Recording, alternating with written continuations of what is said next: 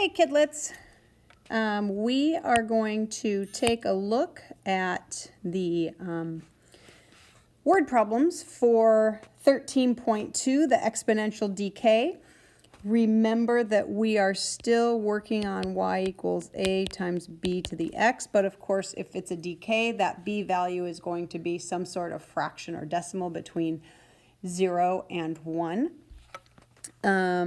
And so we're just going to work through a couple problems on this, and then I'll have you do the worksheet as practice. So this one says, write an equation for the situation.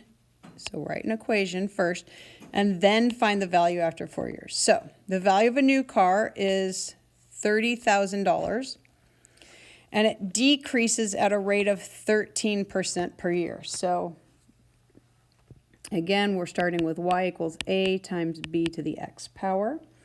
My initial value is that $30,000.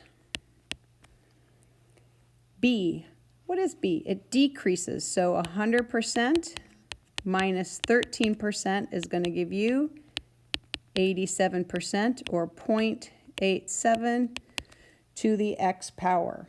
And now it wants to know what's the value after 4 years. So we're going to take and plug in 4 for that x.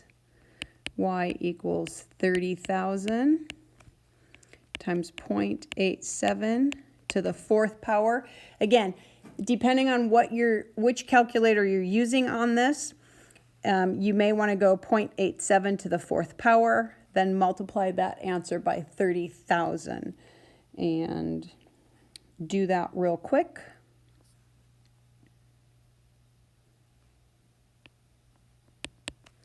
And you should have y equals $17,186.93. Nolan, check me on that.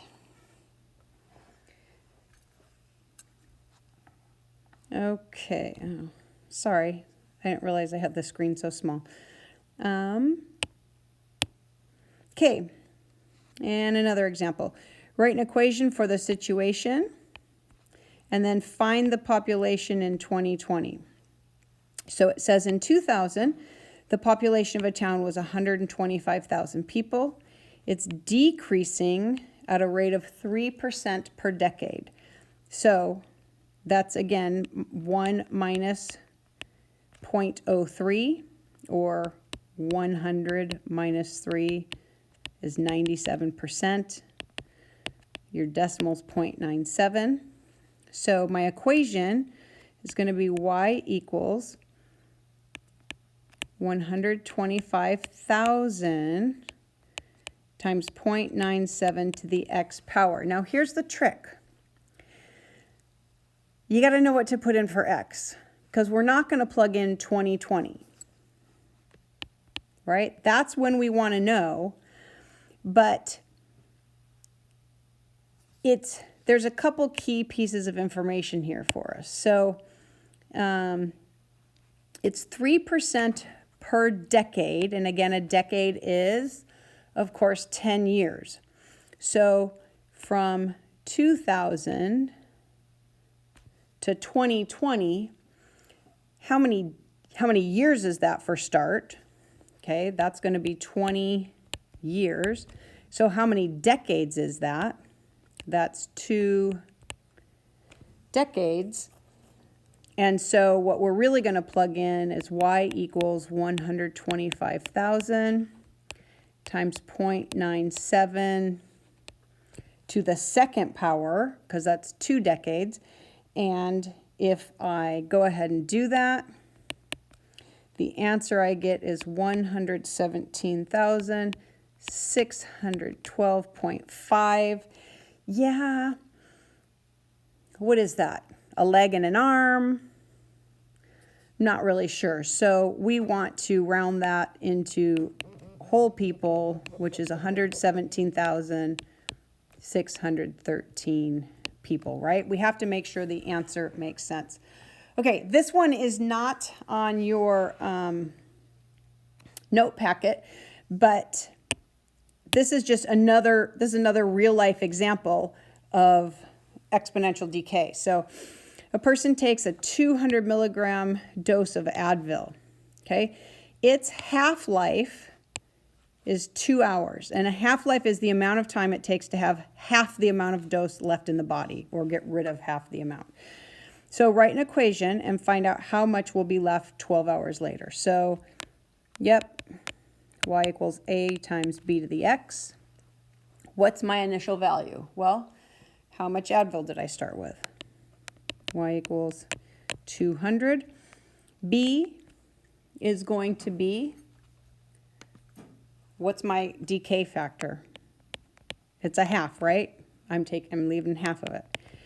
And the x. So, again, this is a little bit trickier because I'm asking you